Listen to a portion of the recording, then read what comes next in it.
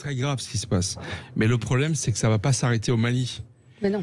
Parce qu'en fait, les raisons qui ont amené au retrait de la France du Mali, aujourd'hui même, et dans les semaines qui viennent, et les troupes militaires françaises, c'est quand même 2500 hommes, vont être déplacés vers le Niger, en fait.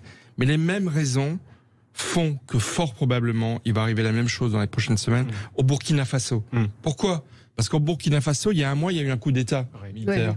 Et que ce que reproche Emmanuel Macron au Mali, c'est qu'il y a eu 2 coups d'État militaires depuis 2 ans, et que les autorités maliennes ne sont pas légitimes à discuter avec les Français. Donc exactement le même motif est valable aujourd'hui au Burkina Faso.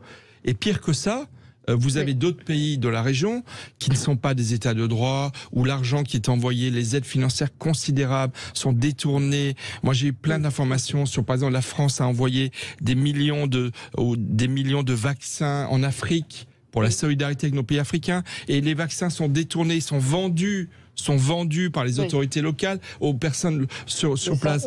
Donc si vous voulez, vaste débat là. Oui, mais ce que je veux dire, sur Barkhane et sur la situation militaire. Il y a un retrait de la France, mais je pense que je crains qu'il ne soit pas terminé.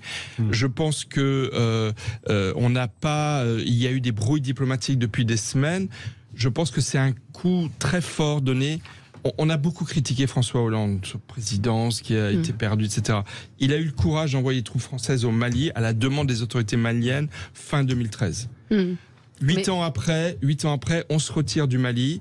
Je pense que c'est en partie à cause des autorités maliennes, mais c'est aussi parce que on a trop misé sur le militaire. On n'a pas été assez exigeant avec nos partenaires africains pour qu'ils respectent les conditions de l'état de droit. C'est ce qu'Emmanuel Macron avait dit d'ailleurs à son grand discours de Ouagadougou. Donc voilà, c'est un moment très grave, très triste. Moi, je pense aux 53 Français qui sont morts au Mali.